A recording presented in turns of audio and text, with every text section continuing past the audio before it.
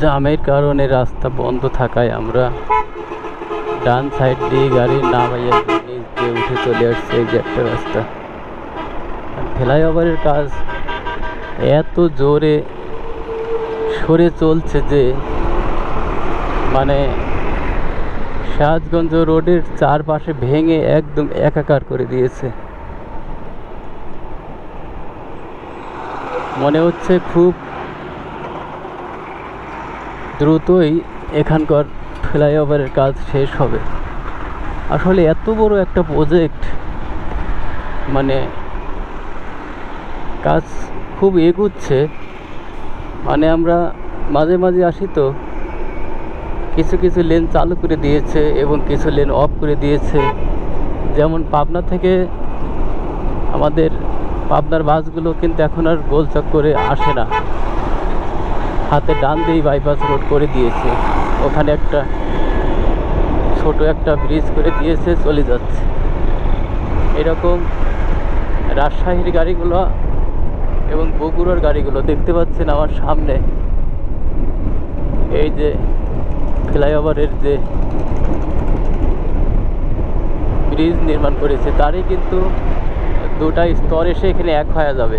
ঠিক এই দিকে অলরেডি দুটো করে ফেলেছে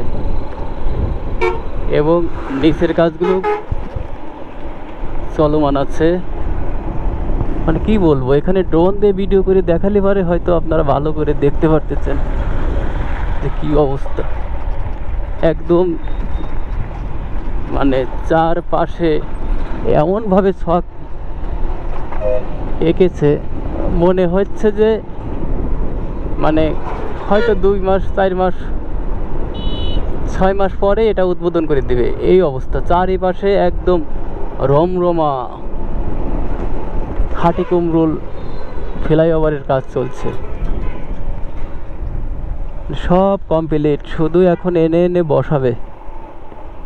রাস্তা সিরাজগঞ্জ রোডে আসলে আর চেনা যায় না এটা সিরাজগঞ্জ রোড নাকি অন্য কোথাও। শুধু এই পিলারটা দেখে অনেকেই মনে করে না এটা রোডই, চারপাশে কিছুই নেই। 2-3 কিলোমিটার জায়গা ফাঁকা করে দিয়েছে একদম। এই হলো বর্তমান অবস্থা। এবং বগুড়া থেকে ছেড়ে আসা গাড়িগুলোর তারা এখন আর সিরাজগঞ্জ রোডে আসে না, তারা এখন ওই দিক দিয়ে বাইপাস রাস্তা করে দিয়েছে, ডাইরেক্ট যমুনা সেতুতে চলে যায়।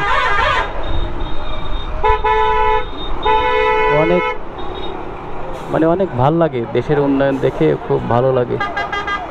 কিন্তু দেশের যখনই ক্ষতি হয় তখন মনে হয় যে নিজের বাড়ির ক্ষতি হয়েছে, তখন মনে খুব কষ্ট লাগে।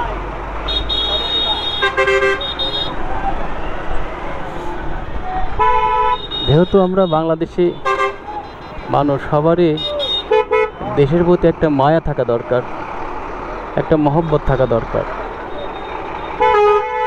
তাহলেই তো আমরা হতে পারবো দেশপ্রেমিক।